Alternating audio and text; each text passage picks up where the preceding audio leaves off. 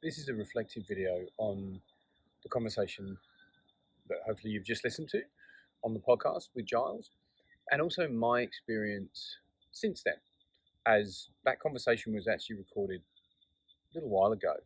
Um, if you've been following my work, you may have seen a video of me here with a big woolly jumper on, talking about having just had this conversation, and it was right at the time when Leading by Nature had just very recently been released.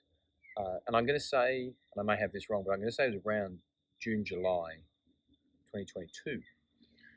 So the conversation, first of all, Giles is super easy to talk to, really has just a lovely aura and demeanor and a very welcoming way of being with the things that he thinks are really important.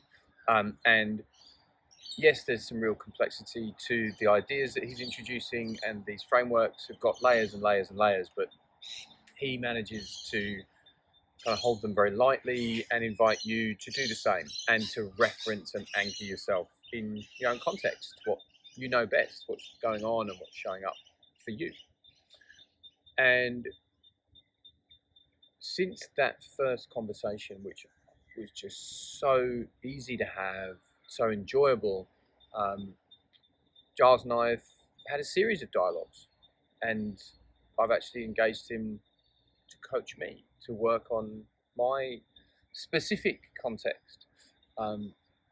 And that dialogue, along with my ongoing participation in Carol Sanford's communities, like these two things in tandem are invaluable to me, and I'm immensely grateful both to Carol and to Giles for holding me in their work and with others.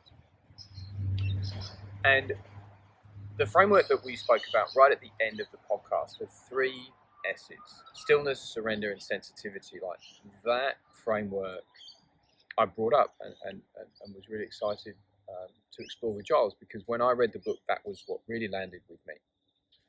And I've been doing a lot of work with those three S's ever since the conversation. And I actually think, interestingly, intuitively, a little bit before, especially the stillness area. So just to speak for a few minutes about what I've experienced being with that framework. The stillness part's been the hardest part. Right? I'm a really kinetic person. I work at a standing desk. I move around all the time. You speak to anybody who spent any time in place with me, and like Tim's on the move. And exactly as I said in the podcast, that stillness that I found responding to prompts to not be in motion, I found it feels really good, but also it's really beneficial. Like there's a real gain in what you notice in stillness. And it's not just contemplation and pondering. I like that word, but it's a different form of awareness and a way to welcome in a lot more. I think we use our senses, or I have experienced that I use my senses very differently when I'm still like this compared to when I'm moving. And yeah, I think I'm still learning the most, and I'm getting the most out of a stillness practice. And whatever that is, however that shows up for you. Even the stillness, momentary stillness before you release an arrow, just that little bit, there's something in there. There's some real, I'm not going to say that I've yet connected to it, but there's some real wisdom in just being right there in that exact specific moment in absolute stillness. And then surrender. Whoa.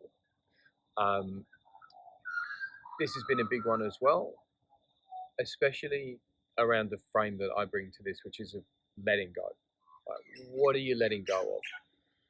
And this great prompt that came in the conversation with Ronan McDomhow, if you haven't listened to that one, check it out, about what do you need to let go of so that you can welcome new things in, right? There is a finite capacity to pretty much everything, ourselves included.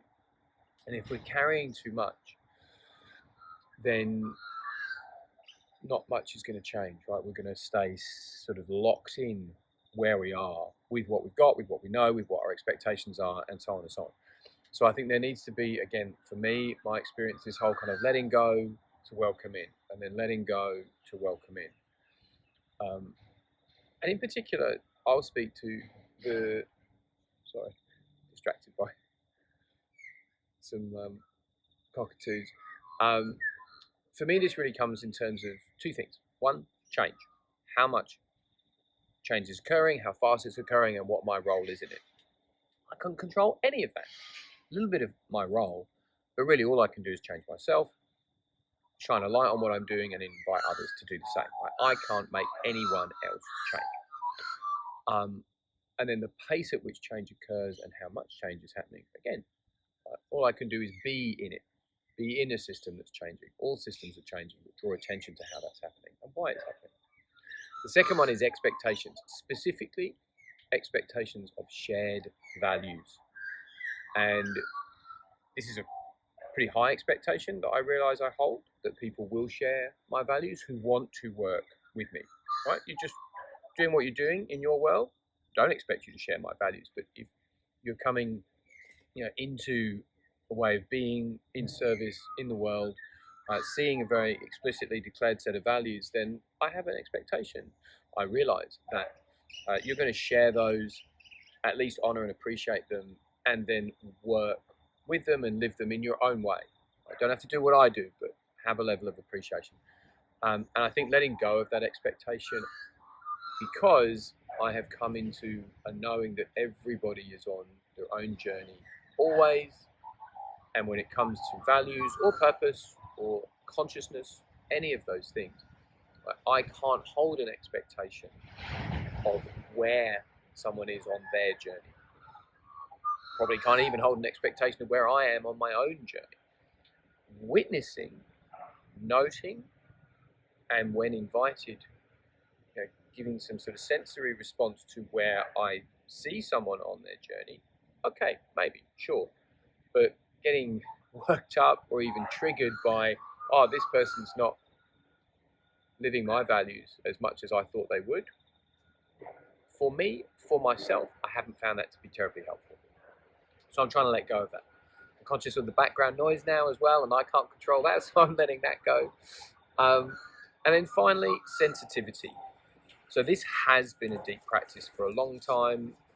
I would actually say, not sort of knowing that that's what it was, but this has actually been a practice for me since childhood, but specifically starting in young adult life, and just being open to awareness of what's going on in and around me on every sensory pathway that I have open to me.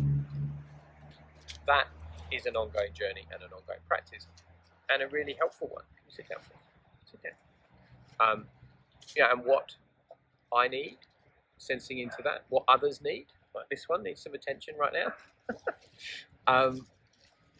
and just being with all of that stream of sensory input, not necessarily needing to do anything with it in the immediacy, but just being with it and then responding consciously with awareness, honoring my intention as best I can, which is not always easy, especially when you reference the other two things that I'm trying to let go of.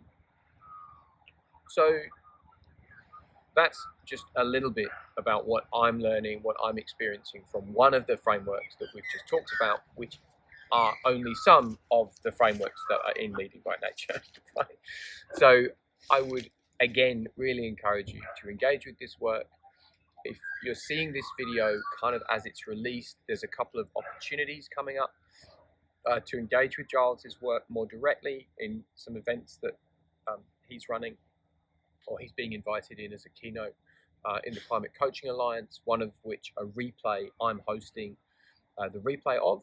So if you're seeing this, kind of in late February, early March 2023, and any of this sounds of interest, and in particular you want to explore regenerative leadership consciousness, which is the keynote focus, there's an event coming up very, very soon, in literally a few days now, that you can come and join and interact with Giles.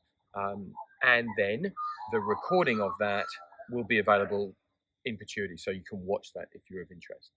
There's also links and so forth included beneath the video here and in the podcast show notes if you want to go and interact with Giles in a direct way.